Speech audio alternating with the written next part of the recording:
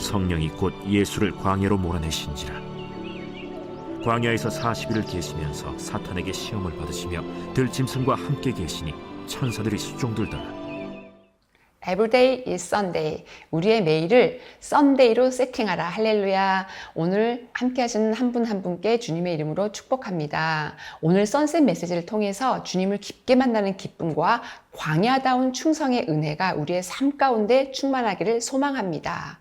오늘 본문 들어가기 전에 저희가 먼저 광야에 대해서 좀 생각해 보면 좋겠습니다. 인생을 강물이나 바다나 산 혹은 사막으로 표현하지 않고 광야를 걷는 나그네로 표현하는 것은 아마도 인생을 살아본 자들에게 광야의 의미가 열렸기 때문이 아닌가 생각해 봅니다. 성경을 보면 광야는 중요한 의미를 가지고 있죠. 이스라엘에게도 시내산 광야를 허락하셨는데요. 광야에서 율법을 주셨고 광야에서 성막을 짓게 하셔서 친밀하게 만나 주셨습니다. 우리의 인생이 광야와 같기 때문에 하나님은 우리의 인생 가운데 언제나 초대의 문을 열어주십니다. 그렇다면 광야는 어떤 곳인지 조금 생각해 보겠습니다. 광야에는 물도 찾기 힘들고 길도 찾기 힘듭니다. 광야는 바람만 불어도 길이 보이지 않게 되고 어느 방향으로 나아가야 하는지 그 방향성을 쉽게 잃어버릴 수 있습니다. 광야에는 울타리도 없어서 승냥이와 이리떼가 수시로 목숨을 노리기도 하고요. 깨어있지 않으면 한순간에 생명이 사라질 수 있는 곳이 광야입니다. 광야는 예측할 수 없는 폭풍과 비바람이 몰아치기도 하고요. 급작스런 토네이도가 어디서 오는지조차 알 수 없을 때 덮치기도 합니다. 한때 온 세계를 휩쓸고 간 코로나가 그랬고요. 세계 곳곳에서 지금도 일어나고 있는 전쟁이 그렇습니다. 아마도 우리나라가 겪었던 6.25 전쟁도 그랬을 것이고요. 선조들이 겪었던 수많은 역사적인 슬픔과 아픔들, 그리고 개인적인 삶의 구석구석까지 이해할 수 없는 많은 일들이 일어나지요. 그래서 하나님은 예수 그리스도를 이 땅 가운데 보내주셨고 광야에서 어떻게 시험을 이길 수 있는지 오늘 본문을 통해서 말씀해 주십니다. 마가복음 1장 12절 13절은요. 예수께서 어떻게 시험을 당하시는지가 나와 있는데요. 종으로 오신 예수를 묘사한 마가복음은 딱 2개의 절로 아주 간단하게 묘사되어 있습니다. 성령이 곧 예수를 광야로 몰아내신지라. 광야에서 40일을 계시면서 사탄에게 시험을 받으셨다고, 그리고 들짐승과 함께 계시니 천사들이 수종을 들더라 라고 나와 있습니다. 네, 결국 왕으로 오신 예수 그리스도를 묘사한 마태복음의 본문을 잠깐 보면은요, 3가지의 시험이 아주 구체적으로 나와 있지요. 마태복음 4장 3절부터 11절까지 아주 자세히 묘사가 되어 있습니다. 그러면 잠시 우리가 마태복음으로 이동해서 예수께서 어떠한 시험을 받으셨는지 살펴보도록 하겠습니다. 광야에서 주는 3가지 의미가 아주 큰 의미가 있는데요. 첫 번째는 하나님에 대한 예수의 충성심을 시험하는 사단의 시도였다는 것입니다. 마치 욥을 잠시 사단에게 내어줌과 같은 것이죠. 2번째는요, 우리의 모든 연약함과 불의함을 도우실 수 있는 대제사장으로서의 사명의 무게를 보여줍니다. 히브리서 2장 18절에 이런 말씀이 나와 있죠. 그가 시험을 받아 고난을 당하였은즉 시험 받는 자들을 능히 도우실 수 있느니라. 여기서 시험 받는이란 이 의미는요, 헬라어로 시험대에 올리다. 결국 우리의 광야와 같은 인생은요, 수시로 시험대에 올려지는데요. 우리는 예수께서 같은 시련을 겪으신, 같은 고난을 겪으신 자로서 우리를 이해해 주시고, 동정해 주시고, 도와주시고, 살펴주신다는 사실을 확신할 수 있습니다. 예수는 세례자 요한에게 세례를 받으신 후에 광야에서 시험을 받으시고 본격적인 공생의 생활을 시작하셨죠. 첫 번째, 육적인 영역의 시험을 보도록 하겠습니다. 마태복음 4장에서 3, 4절에 나와 있는데요. 예수는 40일 금식 이후에 굉장히 배가 고프셨을 거예요.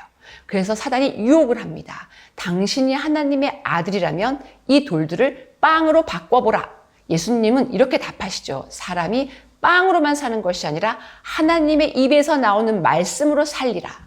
여기서 우리가 먼저 살펴보고 싶은 것이 있는데요. 내가 가장 필수적으로 필요하다고 생각하는 육적인 요소, 또는 나에게 가장 아킬레스건으로 느껴지는 어떤 육적인 요소가 있습니다. 근데 이것을요, 하나님만 아시는 것이 아니라 사단도 알고 있다는 것입니다.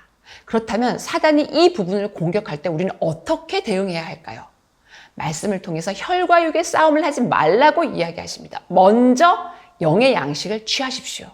예수 그리스도는 신명기 8장 3절의 말씀으로 답을 하시죠. 광야에서 만나를 먹게 하신 이유, 말씀으로 사는 자로 만들기 위함이라고 말씀하십니다. 신명기 8장 3절을 보면 사람이 떡으로만 사는 것이 아니고 여호와의 입에서 나오는 모든 말씀으로 사는 줄을 너희가 알지어다 라고 말씀을 하십니다. 이 말씀이 우리 모두에게 생명으로 인쳐지기를 소망합니다. 다음에 표현이 만일 하나님의 아들이면 이라고 되어 있습니다. 사단은 이미요, 예수가 하나님의 아들인 걸 알았을까요? 몰랐을까요? 당연히 알았습니다. 하나님이 아들이기 때문에 시험을 당하신 것입니다. 하나님의 일을 본격적으로 시작하기 이전에 하나님께서 이 시험을 허락하신 것이죠. 마태복음 3장에서 예수가 세례받은 후에 이는 내 사랑하는 아들이요 내가 기뻐하는 자라고 하나님의 소리가 임했어요. 그렇다면 굳이 사단이 왜 이러한 조건을 붙였을 거예요? 만일 네가 하나님의 아들이라면. 네, 이것은요, 내 스스로 나의 정체성을 의심하게 만드는 거예요. 미혹시키는 것이죠. 선악과로 유혹했을 때에도 뱀은 이렇게 교묘한 말장난으로 하와를 미혹시켰습니다. 결론적으로요, 사단이 육적인 부분을 공격할 때 이렇게 되는 것이죠. 먼저 우리의 정체성을 혼미케 합니다. 나에게 부족한 것을 더 부족하게 느끼게 해요. 예수 그리스도의 배고픔을 틈탄 것 같이 우리에게 계속해서 빵의 필요를 빌미로 미혹을 시킵니다. 그래서 그 부족함을 더 부족함으로, 빈곤을 더 빈곤으로 절실하게 느끼게 만들고요. 그 다음 단계는 불법을 행하라고 종용을 하는 것입니다. 두 번째로는요, 혼적인 영역의 시험입니다. 5절부터 7절을 통해서 그 시험이 이루어지고 있는데요. 예수를 예루살렘으로 데려가서 성전 꼭대기에 세우죠. 그리고 이렇게 말을 합니다. 네가 만일 하나님의 아들이거든 여기서 뛰어내리라. 기록되었을 때 하나님이 너를 위하여 이 사자들을 명하셔서 너를 지키실 것이다 라고 이야기를 합니다. 또한 그들이 손으로 너를 받들어 네 발이 돌에 부딪히지 않게 하리라. 사단이요, 이제는 시편 91편을 이용해서 예수 그리스도를 유혹을 합니다. 예수께서는 단호하게 답을 하시죠. 너 주의 하나님을 시험하지 말라. 예수 그리스도께서는 신명기 6장 16절 말씀을 이용해서 대적을 하십니다. 우리가 이렇게 이 상황을 볼 때요, 인지해야 할 것이 있는데요. 마귀도 말씀을 인용해서 예수를 시험했다는 것입니다. 그럼 사랑하는 여러분, 우리가 어떻게 해야 할까요? 하나님의 말씀조차도 교묘하게 이용하려는 사단의 미혹을 내 안에 내재되어 있는 말씀의 능력으로 대적해야 합니다. 말씀을 사모하십시오. 다음으로는요, 마귀의 시험 장소가 성전 꼭대기였다는 것입니다. 요세푸스에 의하면 성전의 지붕은 이때 새들이 앉지 못하도록 금으로 된 바늘 모추로 꼽아놨다고 합니다. 이렇게 새들도 서지 못할, 앉지 못할 곳으로 왜 예수 그리스도를 데리고 갔을까요? 성전 꼭대기로 끌고 간 이유는요, 하나님의 권세에 도전하라는 것입니다. 자기 권세, 자기 명예, 자기 의를 취하고 싶게 만드는 생각과 마음을 계속 불어넣고 있는 것입니다. 생각과 마음은 혼의 영역입니다. 사단은 이렇게 혼의 영역을 공격하기를 아주 좋아하고 유혹하기를 기뻐합니다. 사람은 생각하는 대로 어떻게 하죠? 움직여요. 마음이 가는 쪽으로 기울어지게 되어 있기 때문입니다. 나의 생각과 마음이 하나님과의 사이를 가로막으면 나의 영은 혼미해지고 깨어있기가 힘들게 되는 것이죠. 그래서 사단은 우리를 성전 꼭대기로 이동시키기를 좋아합니다. 조금만 더 하면 넌 위대해질 수 있어. 조금만 더 하면 넌 더 큰 재물을 쌓을 수 있어. 조금만 더 하면 넌 더 높은 곳에 올라가서 모든 사람이 우러러보고 부러워할 수 있는 그 위치까지 권세를 취할 수 있어. 세상의 방식을 계속 우리의 생각과 마음속에 넣어주죠. 그래서 하나님의 방식은 점점 소멸하게 만들고요. 세상의 종이 되게 만듭니다. 그렇다면 하나님의 자녀들은 성공하지 않아야 되나요? 위대해지면 이것이 죄일까요? 열심히 노력해서 재물을 얻거나 권세의 자리에 올라가면 안 되는 것입니까? 그렇지 않습니다.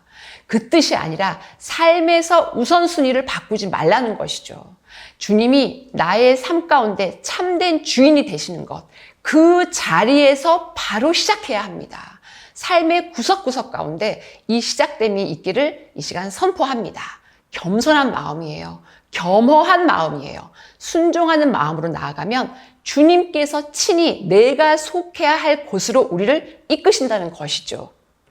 마지막으로 이것은 통치권의 싸움이에요. 이 혼의 영역에 시험을 줬는데 굉장한 통치권의 싸움이 일어나고 있는 것입니다. 사단은 이렇게 얘기하죠. 네가 만일 하나님의 아들이거든 뛰어내리라. 다시 하나님의 아들의 정체성을 건드립니다. 이번에는 생명을 걸고 성전 꼭대기에서 뛰어내리라고 합니다. 사랑하는 여러분, 우리의 생명은 굉장히 존귀합니다. 그런데 이 생명을, 아주 이 소중한 생명을 조롱하는 것이죠. 그러면서 하나님의 완전한 보호하심을 동시에 시험하고 있습니다. 즉 성전 꼭대기로 올려서 내가 주인이 되는 생각을 집어넣고 혼의 영역을 미혹시켜서 다시 우리의 정체성을 흔드는 거예요. 하나님의 자녀로서의 정체성이 아니라 세상의 종으로의 정체성으로 흔듭니다. 그리고 이어서 하나님을 시험하게 만드는 두려움을 결국 넣어주기를 원하는 것이죠. 이것은 결국 치열한 영적 전쟁이며 통치권의 싸움입니다. 내가 주인이 되는 인생이 될 것인가? 하나님이 주인이 되시는 인생이 될 것인가? 사단이 예수에게 세상의 주인이 되라고 유혹하는 것입니다. 그러나 하나님은, 예수는 악에게도 누구에게도 시험받지 않는 절대 권능자 되심을 선포합니다. 마지막의 시험은요, 8절로부터 11절인데요. 영적인 영역의 시험입니다. 첫 번째로 지극히 높은 산으로 이동을 합니다. 8절에서 또 한 번의 이동이 일어납니다. 광야로 이끌어서 성전 꼭대기에서 다시 이번에는 가장 높은, 지극히 높은 산으로 이동을 시키는데요. 이때 묘사된 지극히 높은 산은 팔레스타인 지방에서 가장 높은 산인 헬몬산으로 추정이 됩니다. 그러나 생각해 보세요, 여러분. 세상 어디에도 천하만국을 바라볼 수 있는 높은 산이 있을까요? 실제적으로는 존재하지 않습니다. 사단은 이렇게 미혹을 시키는 것입니다. 그렇다면 예수 그리스도를 왜 지극히 높은 산으로 데리고 갔을까요? 사단은 지극히 높은 산을 통해서 세상의 영광을 보여주며 영적인 교만을 심어주려고 한 것입니다. 그러나 세상의 영광은 실존할까요? 절대 실존하지 않습니다. 우리를 미혹시키는 것뿐이지 세상의 영광은 실존하는 것 같지만 실존하지 않습니다. 세상의 높음은 화려한 것 같지만 한철 피고 지는 꽃에 불과해요. 세상에는 영광이라는 것이 없습니다. 사랑하는 여러분, 기억하세요. 이것은 우리의 착각일 뿐입니다. 인생은 나그네 길이고 영원한 하나님의 나라의 그림자에 불과합니다. 이렇게 영광에 대한 시험은 영적인 영역이라는 것을 이 시간 정말 말씀드리고 싶습니다. 다음으로는요, 이렇게 이야기하죠. 만일 내게 엎드려 경배하면 이 모든 것을 너에게 주겠다. 그러나 사랑하는 여러분, 경배와 영광을 받으실 분은 오직 하나님 한 분이십니다. 자기 영광을 버리시고 육체의 옷을 입고 오신 예수 그리스도가 하신 답은 아주 명료합니다. 사단아, 물러가라. 주 너의 하나님만을 경배하고 다만 그를 섬길지어다. 신명기 6장 13절의 말씀으로 대적하십니다. 하나님을 경외하며 사랑하며 예배하는 것은요, 나의 영적인 생명과 직결됩니다. 천하 만국이 보이는 높은 산이 아니에요. 영적인 시온산을 향하여 달려가는 우리 모두가 되기를, 포드가 되기를, 포드의 온 성도가 되기를 소망하며 이 시간 간절히 선포합니다. 마지막으로요, 승리를 마무리하는 하나님이 기억하시는 이름이 되어야 한다고 말씀하십니다. 11절에요. 이에 마귀는 예수를 떠나고 천사들이 나와서 수종 드니라 라고 되어 있습니다. 마귀는요, 예수를 떠나고 천사들이 나와서 예수를 수종 들었다. 여기까지 나아가야 합니다. 우리의 믿음의 행보가 사단이 떠나는 것에 절대 만족하면 안 돼요. 하나님이 기억하시는 존재, 하나님이 기억하시는 인생, 하나님이 기억하시는 이름이 되어야 한다고 말씀하십니다. 누가복음 10장 20절에 이런 말씀이 있죠. 귀신들이 너희에게 항복하는 것에 기뻐하지 말아라. 너희의 이름이 하늘에 기록되는 것까지, 그 믿음까지 나아가는 것을 기뻐하라. 예수는 하나님의 아들이어서 시험을 당하셨습니다. 죄가 있기 때문에 시험을 당하신 것이 아닙니다. 하나님의 자녀인 우리도 이러한 시험이 만연한 세상에 살고 있어요. 그러나 사랑하는 여러분, 위축될 필요가 없습니다. 사단은 이 시험을 통해서 하나님에 대한 충성은 점점 사그러들게 하고 세상에 대한 충성, 사단에 대해서 무릎을 꿇게 하며 경배하라, 경배하라, 충성하라 이렇게 종용하지만 우리는 절대 예수 그리스도의 이름으로 이길 수 있는 십자가의 권세가 있습니다. 즉 사단도 뭘 원하죠? 충성을 원합니다. 그러나 우리가 하나님 편에 서서 하나님께 충성을 선포하며 몸부림칠 때 예수 그리스도께서 이기신 이 승리의 이름으로 우리의 모든 삶을 돌보실 것입니다. 나는 어디에 충성할 것인지 이 시간 잠깐 생각해 보면 좋겠습니다. 허용이란 단어가 있어요. 그런데 이것은 무엇을 허락하여 받아들인다는 의미입니다. 경기에 있어서는요, 막아야 할 것을 막지 못하여 당하는 것. 쉽게 얘기하면 축구에서 경기를 했는데 상대방의 공을 막지 못하고 허용한 골키퍼가 그 한 예라고 할 수 있겠습니다. 우리는 허용해서 안 될 많은 것들이 있는 세상, 동시에 수용해야 하는 많은 것들이 있는 세상에 살고 있습니다. 이렇게 분별이 필요한 세상에서 허용하지 않아야 할 것을 허용하면 하나님께로 나아가는 순종이 막히게 됩니다. 죄에 대한 허용, 하나님 말씀에 대한 순종은요, 반비례적인 관계에 있기 때문입니다. 허용하는 시험이 아닌 순종하는 시험으로 이기신 오늘의 말씀 본문을 취하며 우리 모두가 승리하기를 선포합니다. 삶 속에 어떠한 고난이 올 때, 시험이 닥쳐올 때 허용하지 않아야 하는 영역을 허용했기 때문에 이 시간 나의 생각과 마음을 침몰시키고 있다면 사랑하는 여러분, 이 시간 우리가 주님의 마음으로 순종하는 시험으로 바꿔야 함을 이 시간 고백하며 나아갑니다. 정말 오늘 하루 잠잠히 시간을 가지면 좋겠습니다. 내 자신에게 이렇게 한번 외치면 좋겠습니다. 나는 하나님의 자녀임을 의심하지 않습니다. 내가 주인 되는 자리에서 내려올 것입니다. 나는 어떠한 이유로든지 감히 하나님을 시험하게 하는 두려움의 올무에 묶이지 않을 것입니다. 인생의 고비고비마다 만나게 되는 수많은 유혹들과 시험은 이제 더 이상 나에게 허용을 위한 시험이 아닌 순종을 위한 시험으로 역전될 것입니다. 마무리 기도하겠습니다. 세상의 모든 죄를 짊어지시기 위해 이 땅 가운데 오신 화목제물 되신 예수님, 우리는 죄에 속한 것을 더 좋아하는 죄된 속성이 있기 때문에 내가 주인 되기를 기뻐합니다. 우리를 불쌍히 여겨 주시옵소서. 내가 인정하든지 않던지 내 안에는 나도 모르게 만들어진 터주농덩이가 있고 우리를 쉴 새 없이 세상의 인정을 받고 싶은 탐심의 자리로, 유혹의 자리로, 보암직도 하고 먹음직도 한 자리로 쉴 새 없이 우리를 이동시키려 합니다. 유혹시키려 합니다. 그러나 하나님 아버지, 이 시간 기억하며 나아갑니다. 예수께서는 십자가에 매달리신 그 마지막 순간까지도 사단의 유혹과 시험을 이기셨습니다. 하나님의 아들로서 대속을 완성하시기 위해 마지막까지 모든 시험을 이기신 그 승리가 있기에 우리가 오늘도 내일도 영원히 우리의 믿음을 지킬 수 있음을 고백합니다. 하나님의 말씀을 내적으로 소유하지 않고는 우리의 말씀을 지키지 않고 않을 수 없고, 아버지 기도하지 않고는 우리의 믿음을 지킬 수 없기에 주님께서 명하신 하나님의 나라 가나안 땅을 소유할 수 없는 자가 되지 않기 원합니다. 하나님 아버지, 이 시간 너무나 간절히 기도하며 나아가는 저희를 불쌍히 여기셔서 죄악과 유혹을 허용하지 않는 결단을 통하게 하여 주십시오. 순종하는 믿음으로 나아가게 하여 주시옵소서. 예수가 보이신 광야다운 충성된 자의 영성으로 이끌어 주시옵소서. 아멘.